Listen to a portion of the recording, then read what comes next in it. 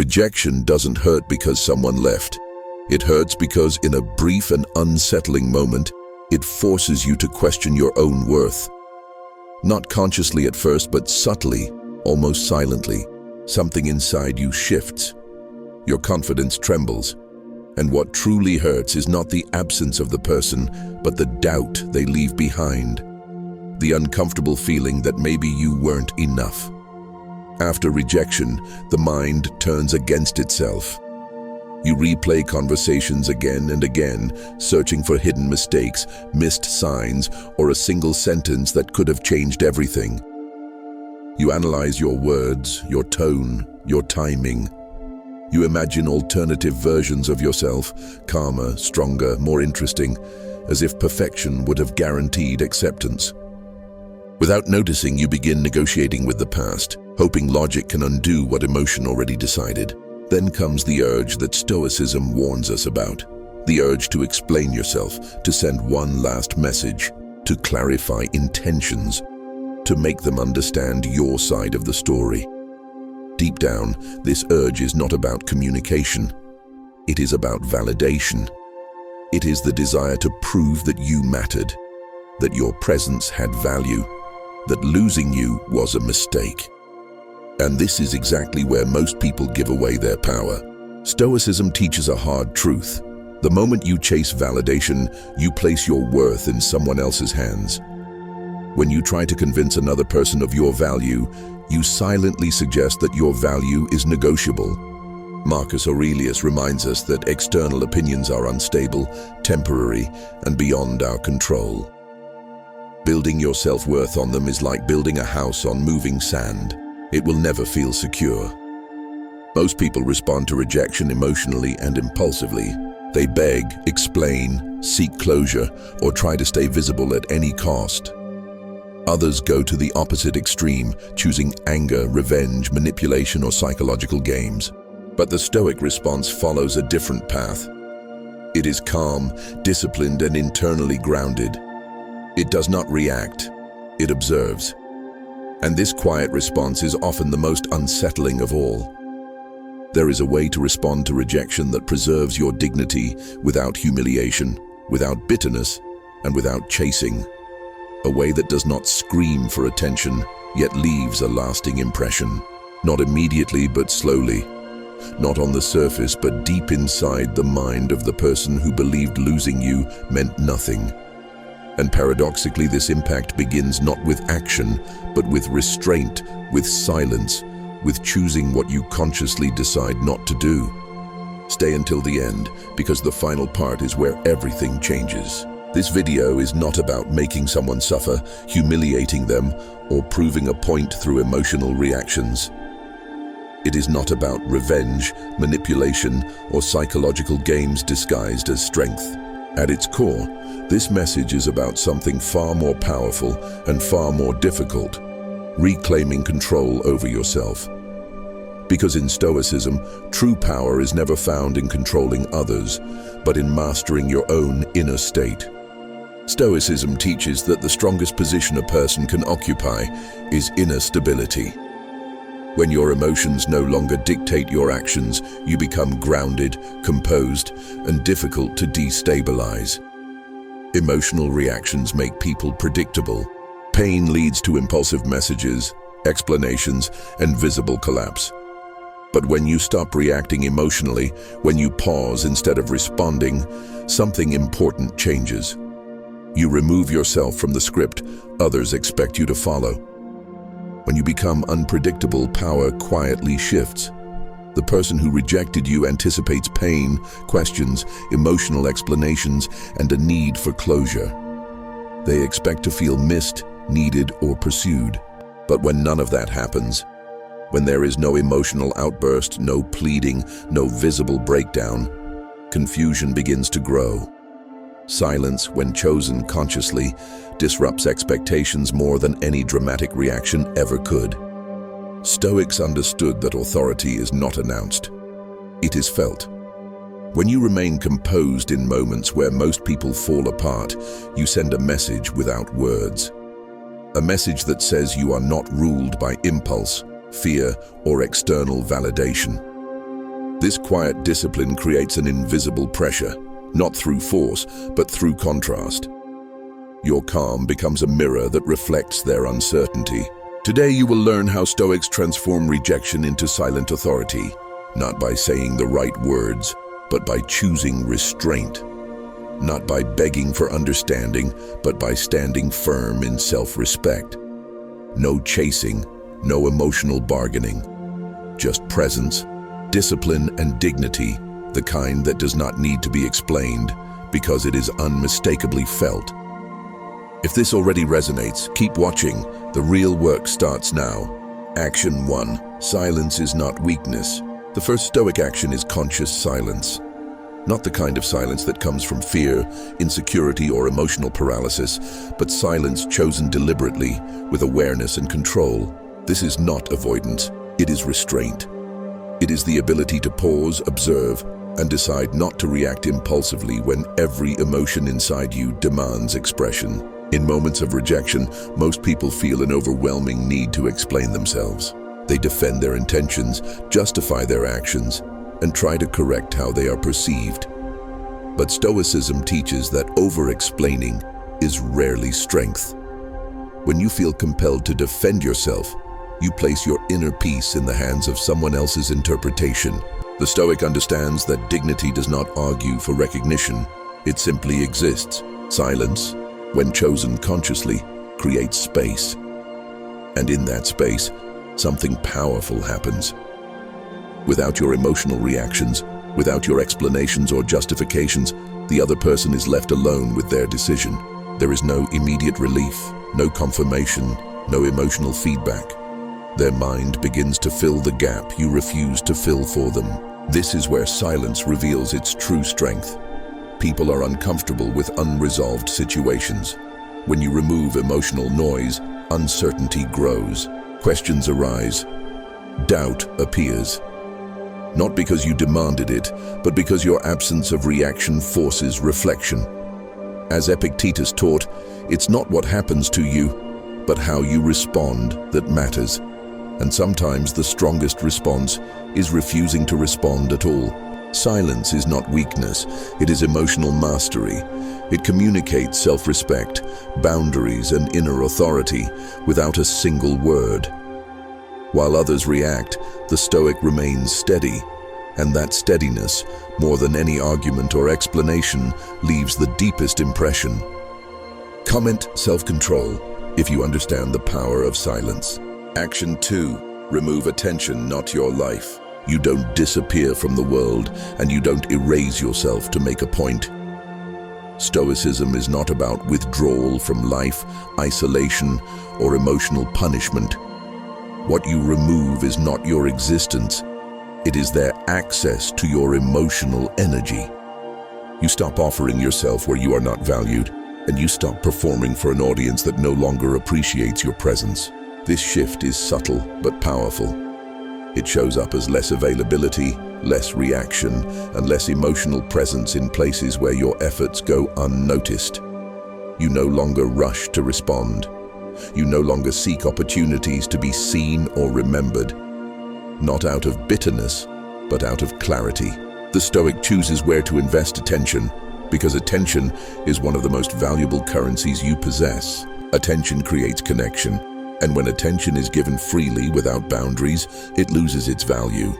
But when you withdraw it intentionally, its importance becomes visible. The absence of constant emotional engagement removes the reward that rejection often feeds on. There is no longer validation, reassurance, or emotional supply. And without that reward, rejection loses its power. This is when absence begins to echo. Not loudly, not dramatically, but persistently. The silence of your reduced presence creates space for reflection. The other person begins to notice the difference, not because you announced it, but because it is felt. What was once taken for granted now stands out through its absence. And that realization cannot be rushed or forced. It must arise naturally. Removing attention is not an act of revenge, it is an act of self-respect. It is choosing to preserve your energy, your focus, and your emotional balance. When you stop giving attention for free, you reclaim authority over your time and your inner life. And that quiet authority is far more powerful than any emotional confrontation. Like this video, if you're ready to stop giving attention for free. Action 3. Improve in silence. Stoics never announce growth. They don't seek applause for discipline, and they don't broadcast transformation for validation. In Stoicism, real progress is quiet, internal, and deeply personal. It doesn't need witnesses because it is not built for approval. It is built for alignment with one's values. Improving in silence means redirecting your energy inward. You strengthen your body, not to be seen but to feel grounded and capable. You sharpen your mind through learning, reflection, and self-mastery. You organize your life, your habits, your priorities, and your environment so that chaos no longer dictates your emotional state. This kind of improvement is not performative, it is foundational. There are no posts announcing change, no indirect messages designed to be noticed, no carefully crafted signals meant to provoke curiosity or regret. The Stoic does not improve to prove a point. They improve because stagnation is a form of surrender. Growth becomes a daily commitment, not a message sent to someone else, but a promise kept to yourself. Nothing creates deeper regret than time. And nothing unsettles more than realizing that someone you underestimated did not collapse under rejection. They evolved beyond it. When others expected you to break, they instead find distance, discipline, and quiet strength. Not because you wanted them to see it, but because progress inevitably reveals itself. Marcus Aurelius captured this principle perfectly when he said, "Waste no more time arguing what a good person should be. Be one." Stoic growth is not loud, dramatic, or confrontational. It is lived, and its effects are undeniable. Type growth in the comments if you're choosing silent progress. Action 4. Stop trying to be understood. Not everyone deserves access to your inner world. Your thoughts, feelings, and intentions are precious, and Stoicism teaches that they should be shared with care, not wasted on those who have already shown disregard. When someone rejects you, they forfeit the right to explanations, justifications, or insight into your mind. Any attempt to clarify or defend yourself only keeps the bond alive in their perception and keeps you emotionally tied to a situation that no longer serves your peace. Trying to be understood is one of the most subtle forms of self-sabotage. When you expend energy convincing someone of your value or motives, you are essentially handing over control of your emotions. Your calm becomes conditional, dependent on their perception of you. Stoicism teaches detachment, not as coldness, but as freedom. True freedom is not ignoring others. It is refusing to give your inner world as a tool for someone else's judgment. When you stop explaining yourself, something remarkable happens. The silence you maintain becomes a mirror, reflecting back uncertainty and questions that the other person cannot answer. Their mind begins to fill the void with speculation, curiosity, and doubt. And all of this occurs without a single word from you, without confrontation, without effort. You no longer chase validation. Instead, you allow reality to quietly demonstrate your autonomy and strength. This is the power of choosing not to be understood. It preserves your dignity, protects your peace, and shifts authority back where it belongs, within yourself. While others search for explanations, you live your life fully, grounded in self-respect and internal clarity. And that kind of presence, calm yet assertive, speaks louder than any argument ever could. Comment freedom if you're done over-explaining yourself. Action 5. Rebuild your identity without them. This is where true transformation begins and where regret becomes inevitable, but not for you. You no longer measure your worth by someone else's approval, nor allow their absence to dictate your mood, your choices, or your sense of self. Stoicism teaches that the foundation of your identity must be built from within. not borrowed from another person's recognition. The moment you stop depending on their validation, you reclaim authority over your own life. Rebuilding your identity without them means creating a life that doesn't need their presence to feel complete. Purpose replaces obsession, giving your actions meaning beyond the desire to be noticed. Discipline replaces longing, shaping habits, routines, and values that strengthen your mind and body. Self-respect replaces pain, because you understand that your dignity is never conditional on someone else's behavior. Each step you take independently, each goal you pursue without seeking permission or approval, becomes proof of your resilience and inner power. The deepest regret is not losing you. The deepest regret is realizing that you became stronger, more grounded, and more complete without their influence.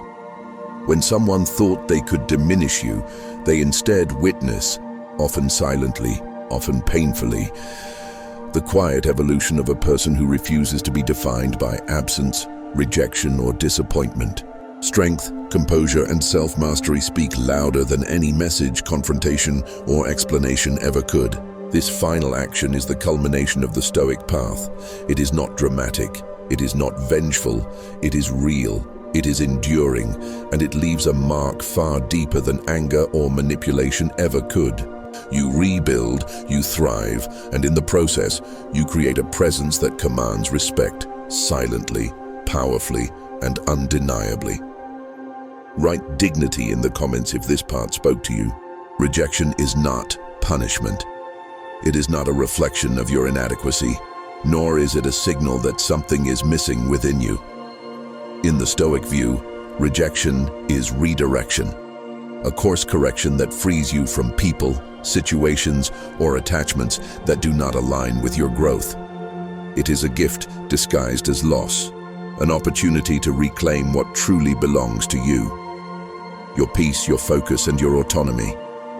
When you respond to rejection with Stoic strength, a subtle but profound shift occurs. You regain control over your emotions, your decisions, and your life. At the same time, the person who rejected you loses certainty. They expected a reaction, an explanation, or even a collapse, but nothing comes. Your calm becomes their puzzle, your absence their reflection, and your composure a mirror of the strength they no longer influence. In that quiet reversal, the roles are no longer what they once were. The moment you stop chasing, the power dynamic changes. You are no longer reacting to their choices, you are leading your own. You are no longer dependent on validation, approval, or attention. You are sovereign over your inner world. And in this sovereignty lies the ultimate victory, the one no rejection, no absence, and no misunderstanding can ever take away. And remember, the greatest victory is never about being chosen. It is not about proving worth to someone else. The greatest victory is choosing yourself, choosing your growth, your dignity, and your freedom above any fleeting attachment or expectation. It is quiet, it is deliberate, it is unstoppable, and it leaves a legacy of self-mastery far beyond any temporary emotional exchange. Subscribe to the channel if you choose self-mastery over emotional dependence, and comment Stoicism if you're ready to live with quiet power.